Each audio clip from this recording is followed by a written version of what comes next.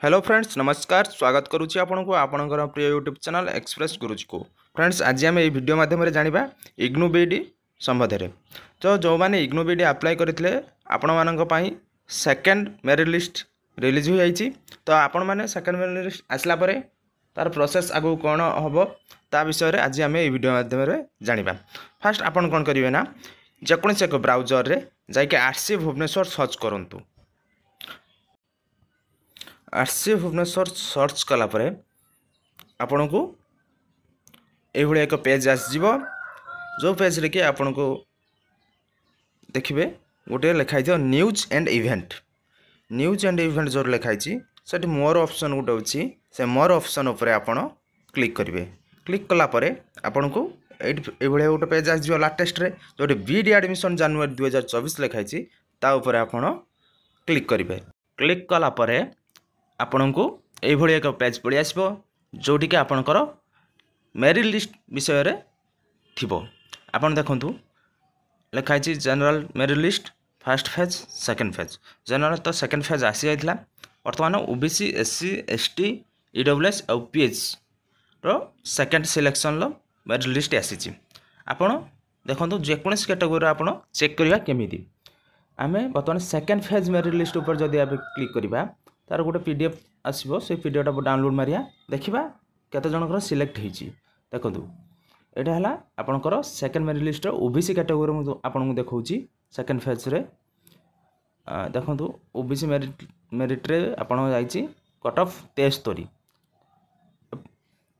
73 जाइए। आउ देखो रेड कलर रे जो लिखाई से गुड़ी हूँ वेटिंग माने समस्त 73 रही कहे तांकर गोटे सीट रही। सपोज 50टा सीट अच्छी 50टा सीट फिलअप हो जाइए 73 नंबर रे।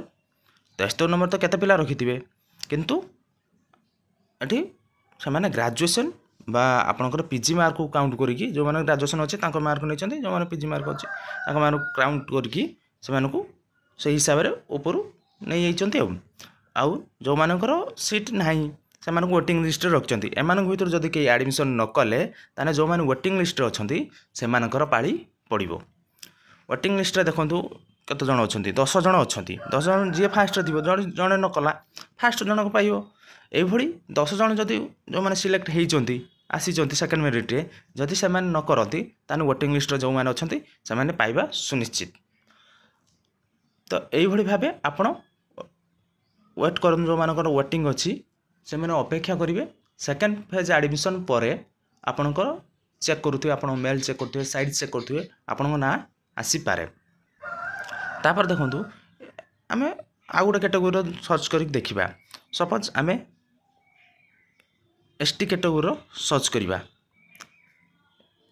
एससी कैटेगोरी सर्च कलापर देखा तांकर वोटिंग लिस्ट सेमती अच्छी कि नहीं। देखूँ यूजी मार्क अच्छी पीजी जो मानकर अच्छी मार्क भी अच्छी।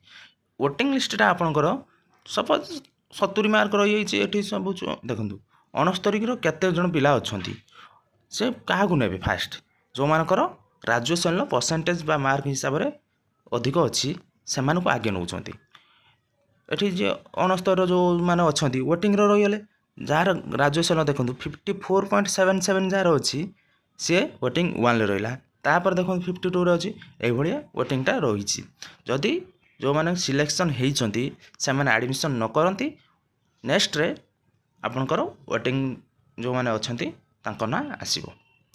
तो यही भाव आपण आपणकर मेरिट लिस्ट चेक करेंगे।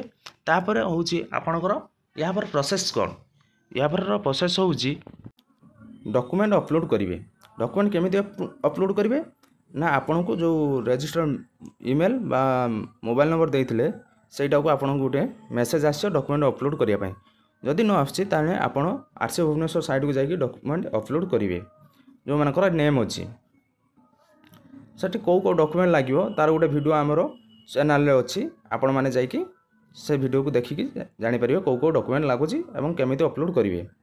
डॉक्यूमेंट अपलोड करिवार किछि दिन पर आपण को एक लिंक आसीबो पेमेंटर लिंक जोटा कि आपण मेल को से पेमेंटर लिंक को जाकि आपण आपणकर पेमेंट करेंगे।